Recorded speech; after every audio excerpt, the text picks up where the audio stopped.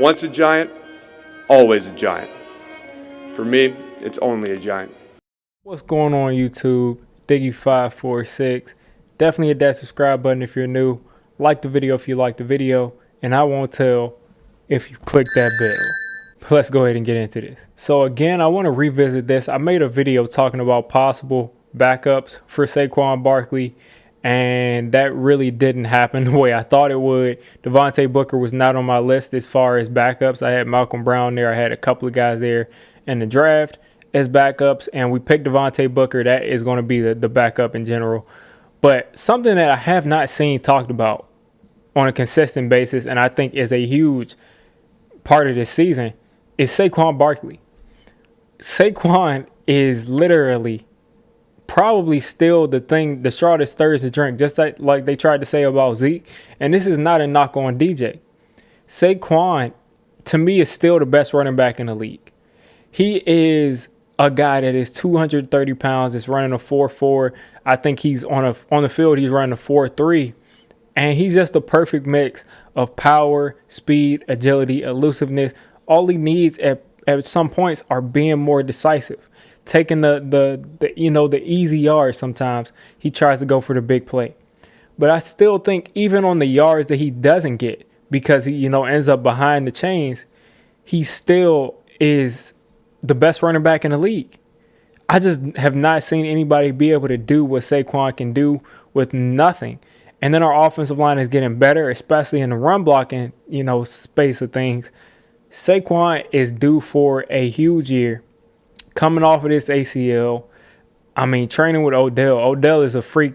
Some people tried to say that Saquon not being on the same level as Odell means a bad thing, and that he's taking his time and he's late to the party as far as Odell is running on treadmills and Saquon isn't. First off, you guys got to realize Saquon has got about 30 pounds on Odell. That's a huge difference as far as being able to run and put pressure on a knee that you just tore up. You have got to realize the weight difference. And Odell is a freak of nature in his own way. But Saquon is going to be back. I think he'll probably be back, ready for training camp. I don't expect to see him in the preseason at all.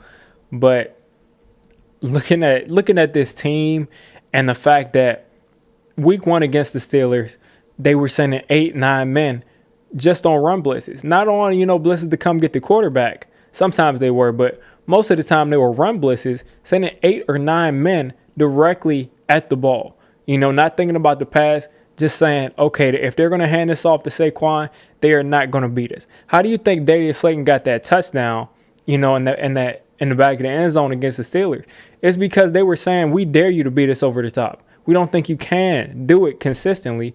So we're just going to send 8 or 9 people at Saquon, and we're going to shut that down. Now when you add in Kenny Golladay, Kyle Rudolph, who not even as also being a great receiver is a great blocker. Evan Ingram is going to be on the field at the same time as him, as a guy who can be able to stretch the seam.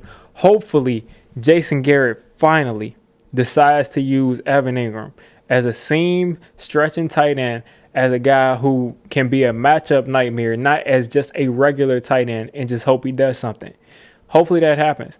But beyond that, to have Sterling Shepard on the other side, Darius Slayton there, possibly a Devontae Smith or a Jalen Waddle, possibly a second-round wide receiver who's a big-time playmaker, you will not be able to just key in on these wide receivers, press them at the line, and send a blitz.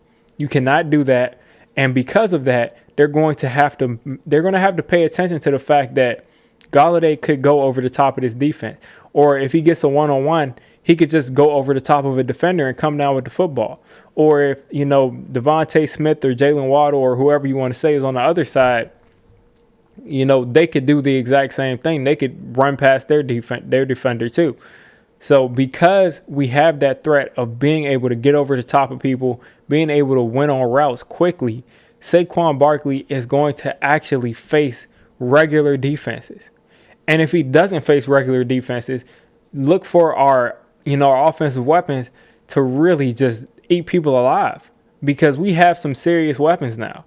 We have some serious weapons right now, including Rudolph and Golladay, and hopefully John Ross is able to stay healthy and be that field stretcher, and then you add on whoever we get in the draft, we have some real weapons that are going to run wild if they decide to send 8 or 9 people every single time. Because last year, an injured Darius Slayton and an injured Sterling Shepard and, Golden Tate, who at this point is pretty slow and not the same guy that he was for most of his career, they couldn't get off the press. They could not get open.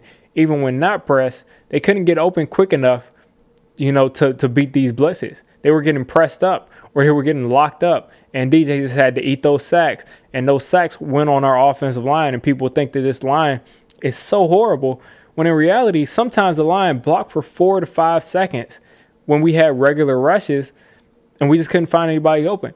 And then sometimes they sent 8 or 9 people in the line. There's only 5 people in the line.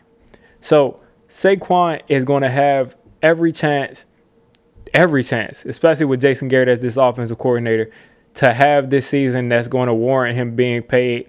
I want to see Saquon used as shout out to Authentic because he's been pushing this too. I want to see Saquon used as an Alvin Kamara type of running back, as a not Christian McCaffrey because he's getting a lot more touches, but give Saquon 14 to 17 carries a game and target him in the pass game 6 or 7 times, and I mean really target him. Put him at wide out. Put him in the slot.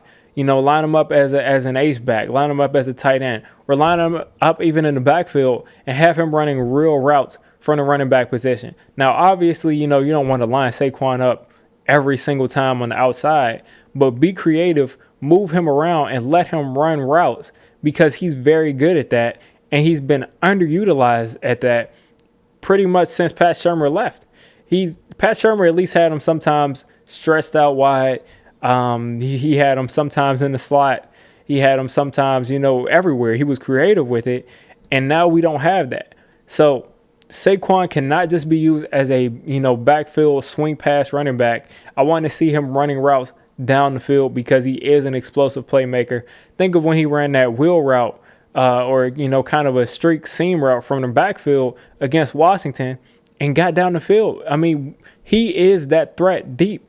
And we have to use him in the passing game. If we don't use him in the passing game, then we need to get rid of him because he's not worth the contract. No running back that is one-dimensional is worth, paying a huge amount of money to, because you have to be able to catch the ball. And another thing I want to see from Saquon is you have to be able to block. You have to be able to block. Saquon consistently gets manhandled in the blocking game. And I want to see that toughness from him. I want to see him not wait for people to come to him and just lay people out, attack blitzing linebackers, attack blitzing, especially DBs that end up getting past them. Don't let them get ahead of steam. Go meet them, lay them out because you're, 6 feet, 230 something, 233.